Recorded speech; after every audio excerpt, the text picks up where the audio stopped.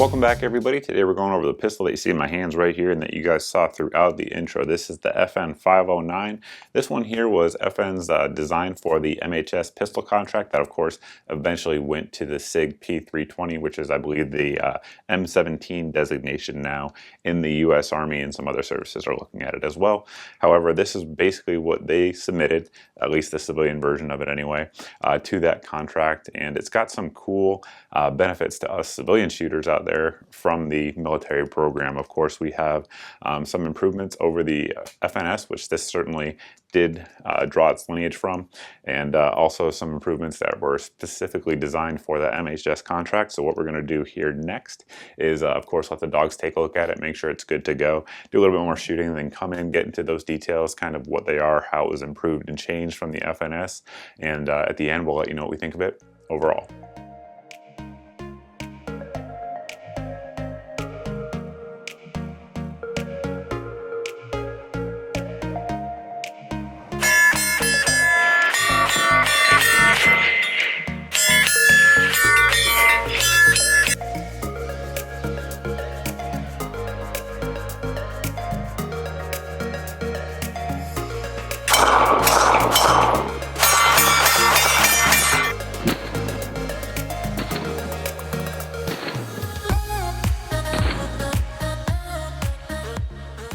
Getting into the details of the pistol, we'll start here on the bottom, I guess, and then sort of work our way up. We do have two magazines that the gun ships with. They're 17-round mags, and they are metal, so they do pop out there with some authority. So you're going to get a total capacity of 18 rounds with one in the chamber. They do also offer these with 10-round mags for those of you guys that live behind enemy lines. Just FYI. The plate here, the base plate, is different than what it is on the FNS series, so the mags can be used interchangeably, but you have to change the base plate. Without that, it will not seat properly on the FNS, and we'll get into the differences between those two guns here in just a little bit. So moving on up, you'll see that we do have a pretty aggressive texture there on each side, which is good in my opinion. It's not so aggressive that it's going to irritate the skin or something like that if you're carrying an IWB, but it does give you a pretty good firm grip on the pistol. We have some texturing there on the front strap as well as on the back strap. The back strap that you see here, this is the medium one. It comes with a flat one, and that's what they call small. That's, I believe, what the pistol ships with. And then I put this one on there because I do have relatively large hands, so you can swap it out and sort of fit the gun to your hand there. But I do like the texture all around. It feels very good in the hand. I also like the way that they sort of chamfered the grip here. Your hand really does ride up nice and high very naturally, which I do like. Has a little bit of texturing in there as well. Mag release, this is going to be one of my complaints on the gun, one of the few. So it's an ambidextrous mag release, also have an ambidextrous slide release, which is very good. But the mag release is one of the mag releases that when you push it from either side, the other side goes out, as you guys can see here. So I'm pushing on the left side of the pistol, right side comes out, same thing, vice versa. Now the problem with that is when you go to press it, a lot of times with just a natural firing grip, my hands are, at least with the size of my hands anyway, when I press it, I'm actually pressing against my middle finger, and it's causing the mag not to want to drop free because I'm not actually pressing it all the way like I should. See, I'm actually pressing it, you can see that action, but because of my middle finger there, it's stopping it. So I do have to consciously think to take my middle finger away to get it out. So I wish they would either A, make a single-sided mag release that was reversible for lefties who want to use it like that, or B, just engineer it so that that wouldn't happen, because there are guns out there that have ambi mag releases rather that don't have that issue. The way the ambidextrous slide release is designed, it's very nice in that you can get a positive grip on it there, and it does have that sort of fencing around there to prevent you from accidentally hitting it, but when you want to hit it, you can do so with authority, and when you're in a nice high thumbs grip like that, you're not going to accidentally actuate it like you can on some like SIG pistols or a lot of the Glocks with extended controls. You don't have to worry about that here with this one. At least I haven't had that issue at all. So moving forward, we do have our takedown lever. We'll show you that process here in just a second. We also have the trigger. The trigger, in my opinion, is one of the better features of this gun. It's also going to be one of the features that you're probably going to hear folks complain about out there. And the reason for that is this one here breaks, at least on my scale, right at 7 pounds. So compared to some of the other offerings out there, it's going to be heavy. However, in my opinion, it's an excellent trigger. The reason I say that is that when you have your pre-travel here, you're going to have a wall, and then the break right there is very crisp, and then the reset, very tactile, very audible. And then you come back to your wall, and notice how there's almost no, if not, actually there isn't any over travel. Once that thing breaks, stops, it hits a wall. So very good, very predictable trigger. When you're shooting it, you know when it's going to break, and when that slide cycles, you can get right back on it. Again, it's on the heavy side. I know some guys don't like that, but in my opinion, I would prefer a crisp trigger to a really light trigger. Again, just my preference here. We do have the trigger safety there, of course, so it's a hinge trigger. Some guys hate that. Again, I don't mind it. In fact, I really like it in this case. And moving on forward, we do have a 1913 standard rail for adding any lights, lasers, accessories, and so on, as you guys have probably seen me do throughout the review. The slide on the pistol is made out of stainless steel, and it does have a nitrocarburized finish.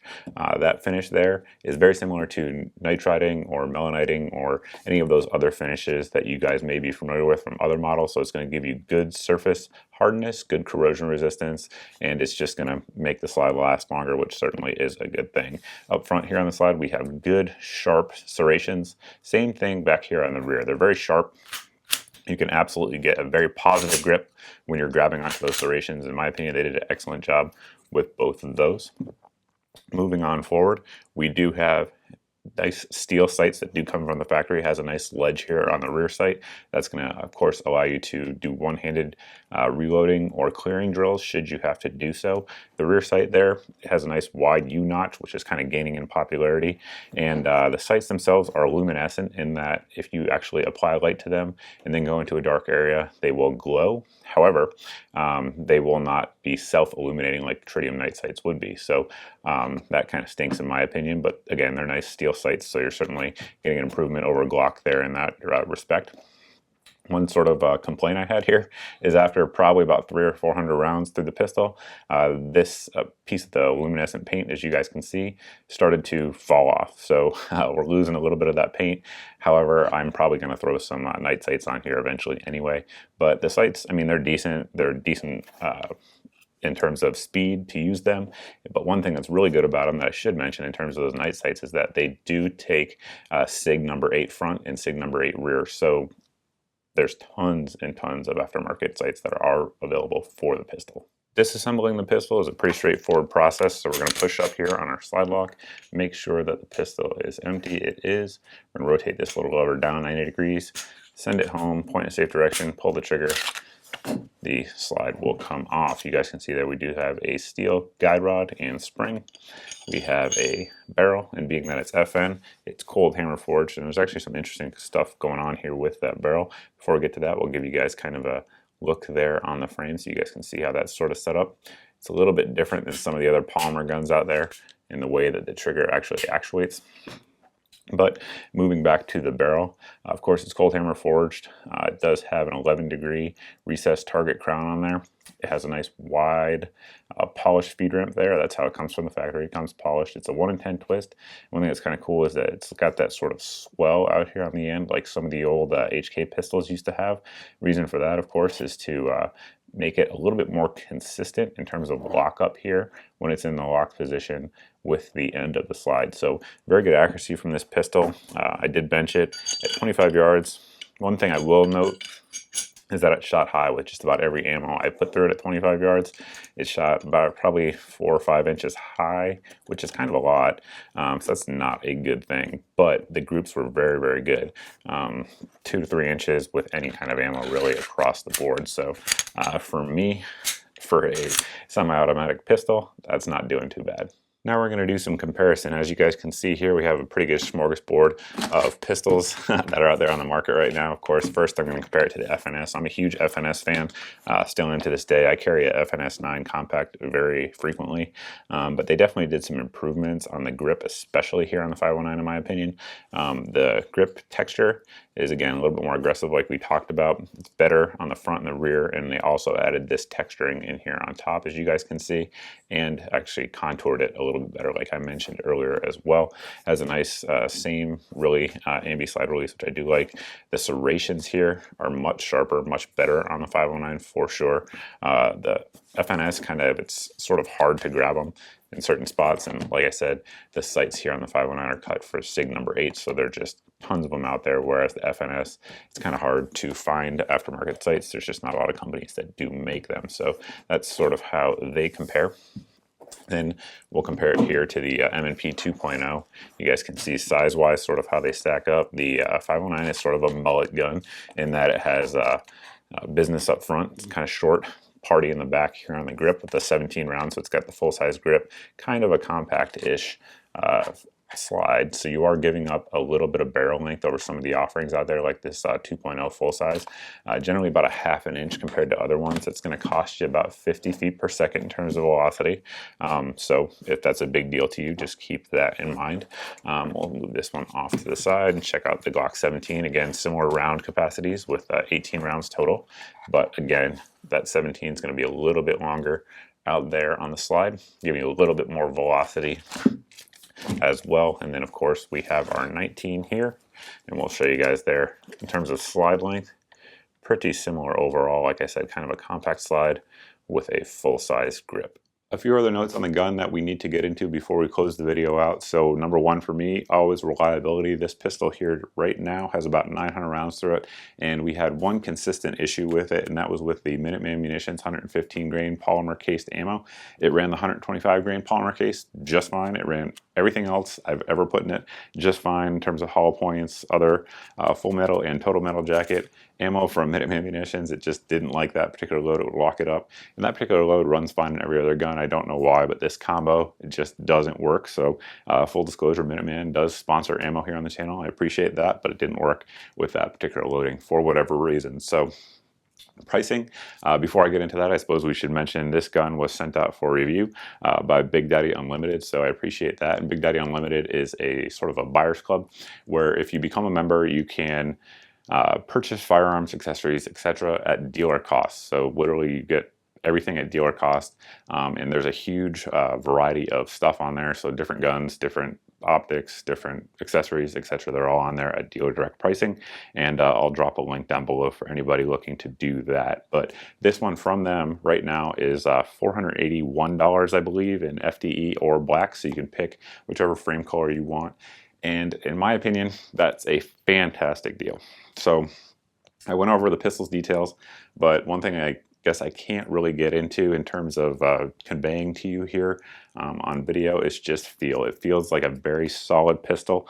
One other thing I should point out here as I'm looking at it now that I just thought about is that it has a nice low bore access. However, compared to other pistols of this size, it sort of has like a snappier recoil impulse, if that makes sense. When you compare it to, say, like the Glock 17, it feels a little softer, the Glock does, than this in terms of recoil impulse, but I suppose that is a con. But overall, I really, really like this gun. I would feel very confident carrying this gun, using it for duty use, home defense use, anything like that.